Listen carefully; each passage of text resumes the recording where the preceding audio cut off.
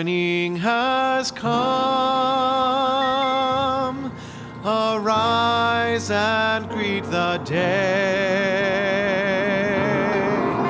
Dance with joy and sing a song of gladness.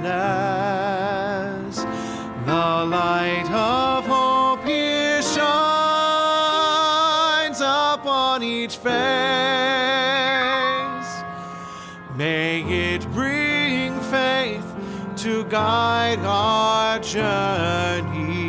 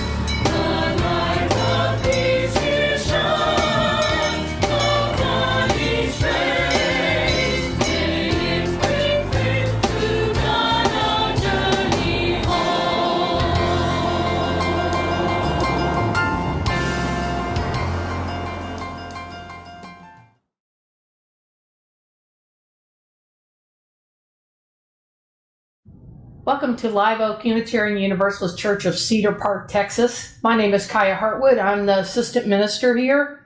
This morning I'll be talking about Walden Pond and all the people that it took to make those rugged individuals like Henry David Thoreau. We have fellowship time after the service, and we invite you to go to that. The link is also on the website at www.liveoakuu.org. And now it's time for our chalice lighting. Get whatever you need, a candle or your chalice. Thanks for coming.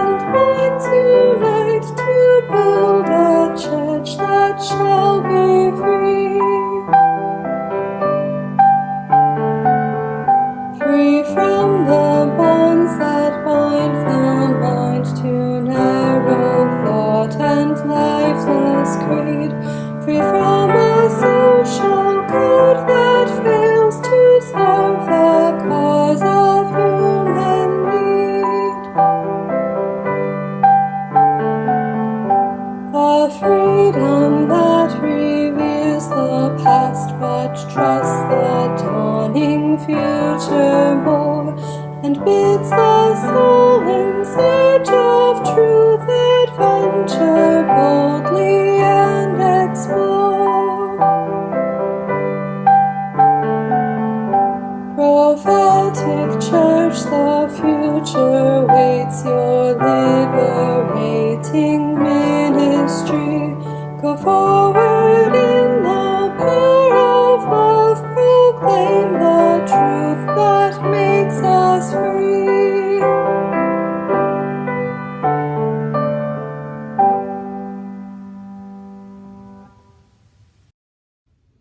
Good morning. My name is Carrie Krause. I'm the Director of Lifespan Faith Development at Live Oak. Thank you for joining us this morning. Today's big idea is the story Henry Builds a Cabin by D.B. Johnson. One spring day, Henry decided to build a cabin. He borrowed an axe and cut down 12 trees.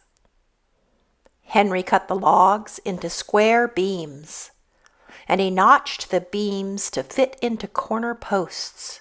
The corner posts fit into ceiling beams, and the ceiling beams fit into roof beams. In April, his friend Emerson helped raise the beams. The work made him hungry. "Henry," he said, "your cabin looks too small to eat in." "It's bigger than it looks," said Henry. And he led his friend to a bean patch he had planted behind the cabin. "When it's finished, this will be my dining room." In May, Henry bought an old shed and took it apart. He nailed the boards on the floor, the roof, and the walls of his cabin. Henry was nailing the last board when his friend Alcott arrived. "Henry," he said, "your cabin looks too dark to read in." "It's brighter than it looks," said Henry. And he led his friend to a sunny spot beside the cabin. "When it's finished, this will be my library." In June, Henry put a door in front, and then he put 2 used windows in the side walls. He bought old shingles for the roof and walls. Henry was nailing the last shingle when Miss Lydia peeked in the window. "Henry," she said, "your cabin looks too small to dance in." "It's bigger than it looks," said Henry. And he led her to the front of the cabin where a path curved down to the pond. "When it's finished, this will be the ballroom with a grand stairway." On the 4th of July, Henry moved into his cabin. He ate beans in the dining room. He read in his library, and he danced down the grand stairway to the pond. When it started to rain, Henry ran back to his cabin. "It's bigger than it looks," he said. "This is just the room I wear when it's raining." Some footnotes to today's story. Henry David Thoreau was a real person who lived in Concord, Massachusetts, more than 150 years ago. In the woods beside Walden Pond, he built a cabin that was 10 feet wide and 15 feet long, just large enough for his bed, a writing desk, a table, and 3 chairs. Henry wanted his cabin to be small so it wouldn't cost much money to build. He bought the windows and old boards and bricks that had been used so that it cost less than new ones. And he built the cabin himself with the help of friends. Altogether, the cabin cost $28.12. Henry moved into his cabin on July the 4th, 1845. Before the snow came, he built a fireplace and chimney and plastered the walls to keep out the cold air, and he lived at the pond for 2 years. The people of Concord wondered, why would Henry move to the woods away from town? Henry wanted a quiet place to write a book about the things that he loved, the wild outdoors. He kept a journal to tell about what he saw in the woods and the pond and how plants and animals changed with the seasons. And his life in the woods showed people how to live happily without spending all their time earning money. The book he wrote about this time was called Walden.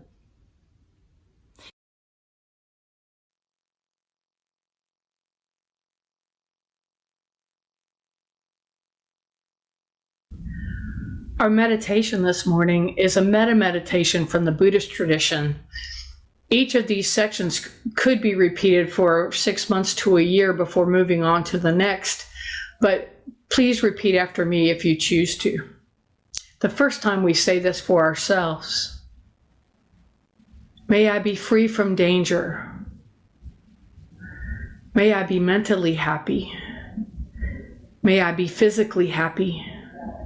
May I have ease of well-being. And so you might say that for yourself for 6 months before moving on to this next section, where we say it for someone we love. So get somebody in mind. May you be free from danger. May you be mentally happy. May you be physically happy. May you have ease of well-being. Now, this last time we do a more spiritual stretch and we say it for somebody to whom we have a resentment. May you be free from danger. May you be mentally happy. May you be physically happy. May you have ease of well-being. May it be so.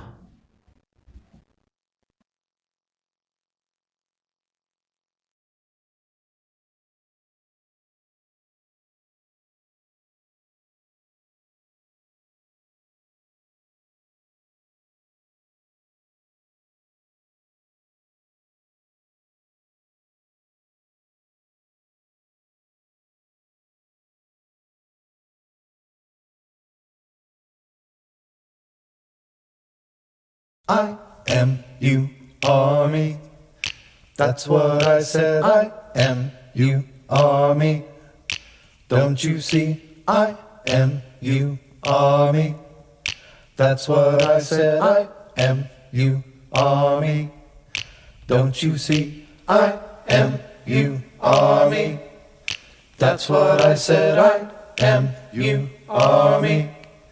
Don't you see? I am you are me. That's what I said. I am you are me. Don't you see? I am you are me. That's what I said. I am you are me. Don't you see? I am you are me. That's what I said. I am you are me. Don't you see? I am you are me. That's what I said. I am you are me. Don't you see? I am you are me. That's what I said. I am you are me. Don't you see? I am you are me. That's what I said. I am you are me. Don't you see? I am a part of you. You are a part of me. And so together we are one body. I am inside your head. You are inside my heart. And we fit together perfect from the start. I am, you are me. That's what I said. I am, you are me. Don't you see? I am, you are me. That's what I said. I am, you are me. Don't you see? I am, you are me. That's what I said, I am you are me. Don't you see, I am you are me. That's what I said, I am you are me. Don't you see, I am you are me. That's what I said, I am you are me. Don't you see, I am a part of you, you are a part of me, and so together we are one body. I am inside your head, you are inside my heart. We fit together, perfect from the start. I am a part of you, you are a part of me, and so together we are one body. I am inside your head, you are inside my heart. We fit together, perfect from the start. I am a part of you, you are a part of me, and so together we are one body. I am inside your head, you are inside my heart. We fit together, perfect from the start.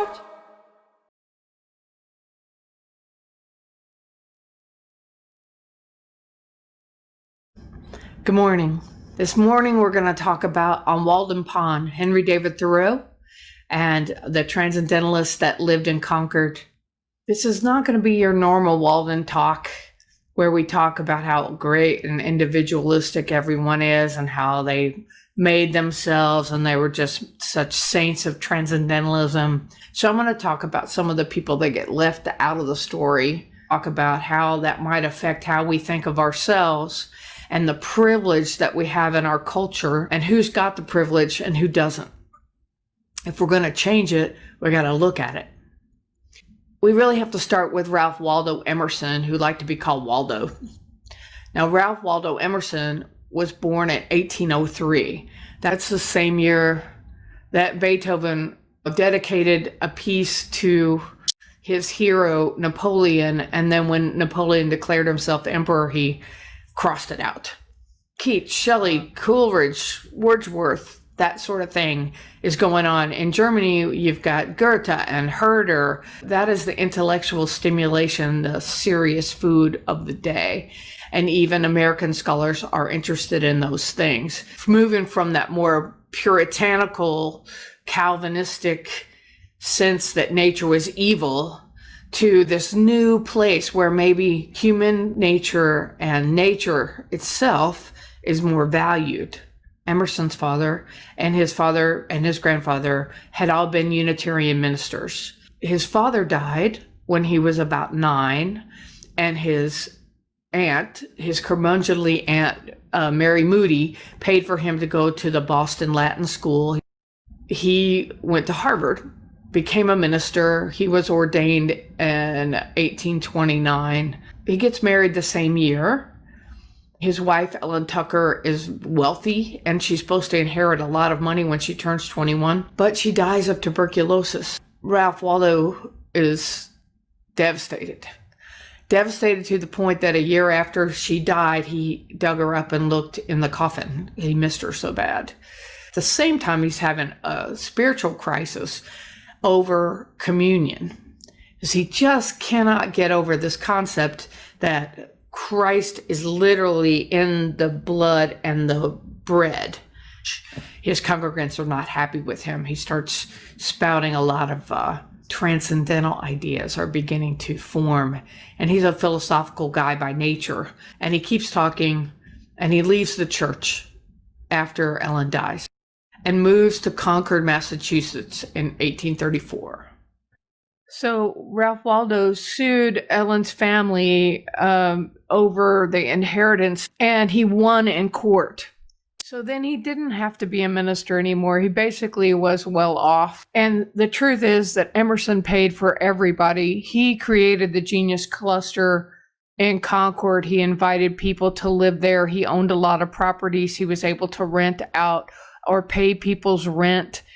And so we're talking a number of great writers and thinkers all moved there including Bronson Alcott and his family, including Louisa May Alcott, Nathaniel Hawthorne, and one of the Peabody sisters, Sophia, that he was married to, the brilliant feminist writer Margaret Fuller. Also in the neighborhood were Henry James and some of the Channings.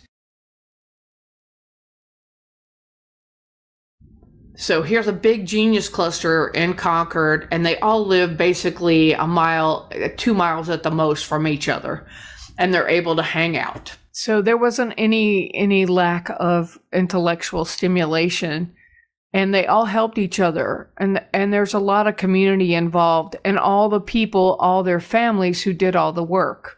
Henry David Thoreau was born in 1817, and he lived to be 44 years old. He was born and raised in Concord, Massachusetts. Older sister named Helen and an older brother named John. His father's name was John and his mother's name was Cynthia. And he had a younger sister named Sophia.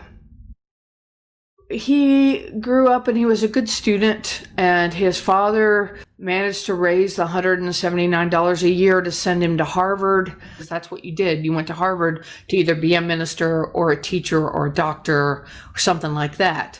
And so he goes in on a school with his brother John, the second oldest, and everything's going okay. He teaches for a year. He goes back to Harvard. He comes down with tuberculosis and has to leave again. Anyway, he finally graduates in about 1837. During his last years in college, he read an essay by Emerson called Nature. And this starts all the trouble. It's got the oversoul in it. It's got the idea that you should follow your own conscience. It's got the idea that America should have its own, and by the I mean USA has its own culture, and it should invest in that and quit going to Europe to get their culture and be their own people. He loves this stuff, and he loves the idea of being his own man, and he falls in love with being close to nature because he's a naturalist. He knows all the birds, and he knows all the bird songs, and he knows all about the Native American stuff, and he knows the plants, and he loves to walk in the woods, and he loves to pay attention. So he reads Nature. It ruins him, is what one of his teachers at Harvard said. He's sort of like the hippie son who starts taking up more with carpentry, and he's more interested in gardening, and he's more interested in walking in the woods, and more interested in developing the skill set of a working person. Meantime, in Concord, a railroad is coming in, and there's lots of Irish, really poor Irish people working in shanties, living on the edges of town as they build the railroad line, which really connects Concord to the rest of the world. It used to take 3 hours to get to Concord from Boston in a carriage, and now you can do it pretty much in an hour on the steam engine. Henry David comes back to Concord and moves in and is helping. He's totally a disciple of Emerson based on the Nature essay. The way Emerson was able to make money was he lectured for a living, and he was often away from home, and Henry David would take care of his family. So his wife Lydian and all the Emerson children were taken care of by Henry David. In fact, it became a problem at one point because the Emerson children were a little too fond of their uncle and kind of didn't know who Emerson was anymore. And about that time is when you see Henry David move back in with his family, build the cabin on Walden Pond. The land that was donated for the cabin belonged to Emerson. Thoreau bought a shanty that was abandoned by one of the Irish railroad workers, and he bought it for $4 and took it apart, and that was a major part of the building. And other wood was provided by the woodlot of Emerson. So the whole cabin cost him $28, and he had a lot of help putting things up. And of course, his mother Cynthia and his youngest sister, Sophia, would bake for him every week. On Saturday, he would receive a number of baked goodies, including fresh baked bread and donuts. Sophia, when she died, they were glowing in their obituary about how similar she was to her brother, but being a woman, we've never heard of her. I think that there's a lot of sisters, the Dorothy Wordsworths of the world that we missed out on, and we need to do better. Henry David Thoreau was at Walden for 2 years, 2 months, and 2 days. He was never alone in the woods. Every day he would walk into Concord. He had guests all the time. The railroad ran by the pond. He was at the Emersons eating dinner most of the time. But Thoreau was very self-aware about how many people it took to make things happen. And he was aware of the energy around letting other people be part of your story.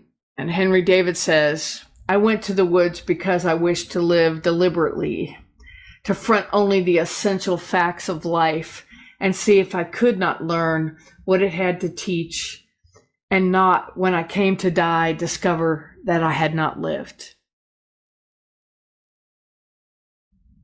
The more you learn about this place that we think we know a whole lot about, there were all these famous people. They all lived in Concord, Massachusetts, in the 1830s, 1840s, 1850s, up to the 1870s. Rid of that sort of rugged individualism that we are so enamored with, and get a little bit more real about what it takes to make things happen, and how much resources we're using in the planet, and how much resources we're using in our communities. That's what we're seeing in this COVID situation. That's what we're seeing as our systems break down a little bit. And I think that's what the rumbling is when you hear what it's like to be a person of color dealing with the police, what the rule of law isn't as blind and as fair as we'd like to think it is. And looking at something as precious that we're in love with, like Walden Pond, to know it's important to look at our mythology and question it. Because when you get to the real stories, it took a lot more people to make the self-made men than they admit to. And we want to lift up the stories and make a more accurate history. We have to look back to go forward, which is a good African concept. And I think looking back to Concord, we can see a lot of people who are not common to our story. Think about where privilege comes from and how it manifests. Walden came out in 1854. And one of the things about our privilege is that we can choose to ignore the stories that we find inconvenient or that change our mythology. But that's what we have to do to build a better world. Take up the challenge. Look for the real stories. I look forward to doing this with you. Thank you.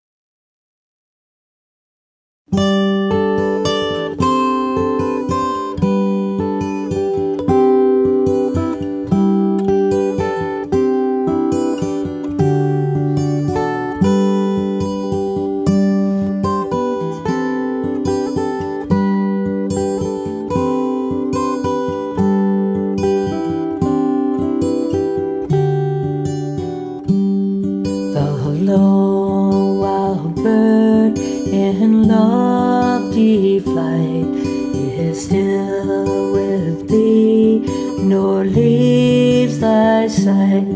And I am thine, I rest in thee. Great Spirit, come and rest in me. The ends of earth are in thy hand, the seas dark, deep, and far off land. And I am thine, I rest in thee. Great Spirit, come and rest in me.